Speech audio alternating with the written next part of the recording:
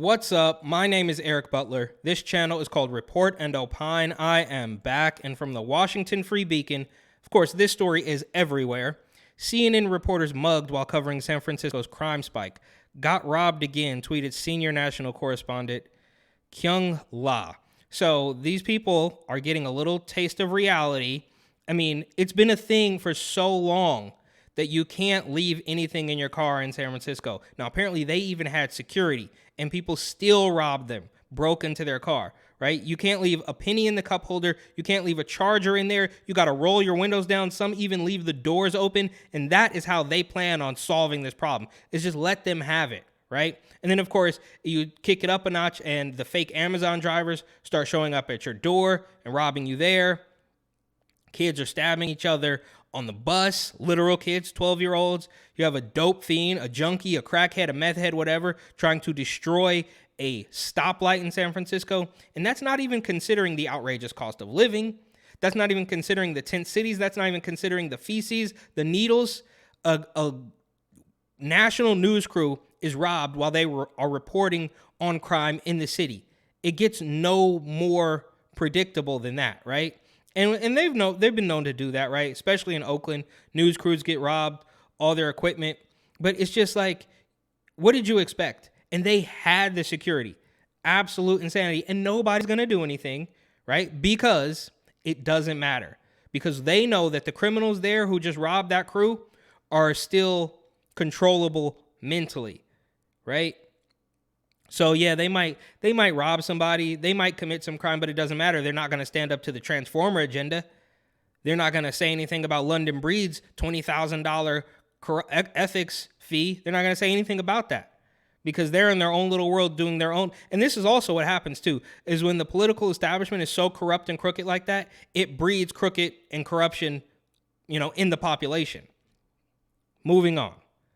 CNN reporters on assignment covering street crime in San Francisco, California, were robbed outside City Hall on Friday, an incident that comes as the Democrat-run city struggles with a crime surge. So right outside City Hall, and this is the same place where they were actually handing out tents. So there was a point in time when if you went outside of City Hall Civic Center area, you would see matching tents because the city was giving the bums tents to live in, right? There's another clip from Danny Mullen, where he goes to one of these safe injection sites and he tries to bring some beer, pretend like he's partying, and they don't let him in. Of course, he has a camera, that's fair enough, but they don't let him in with beer because that site is specifically for shooting up hard dope. It's absolutely ridiculous. And now I don't know if it was just junkies that did this to these people, if this was like a targeted attack by thugs, who knows, but it happened quick, and they claim that they had security there.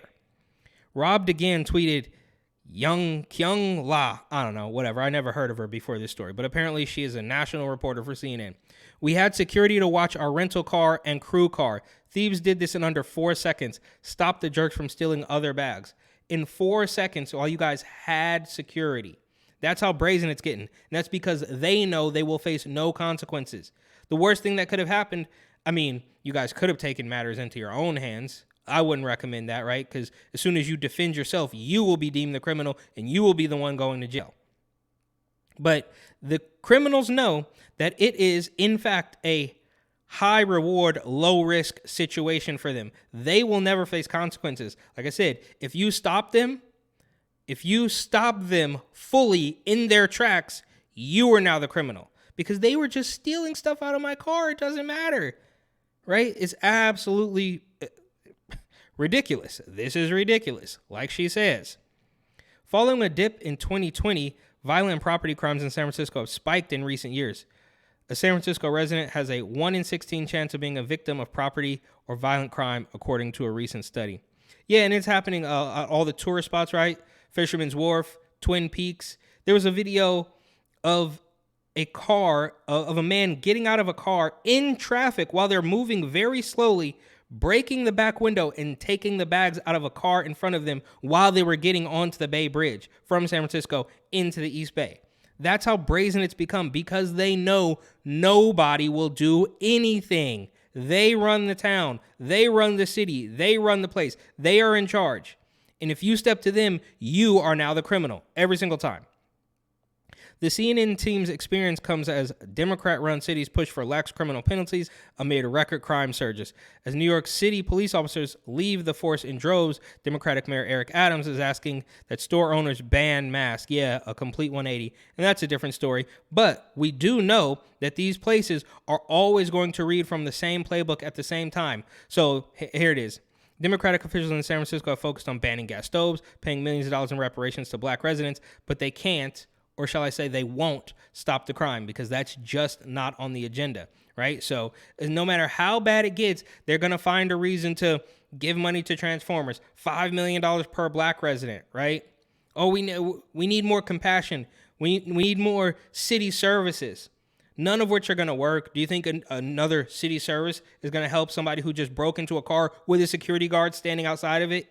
Because it doesn't matter at that point, whether it's a stone cold thug or just a junkie, they know that nothing will happen to them. So thank you for watching. Please like, comment, share, and of course, subscribe.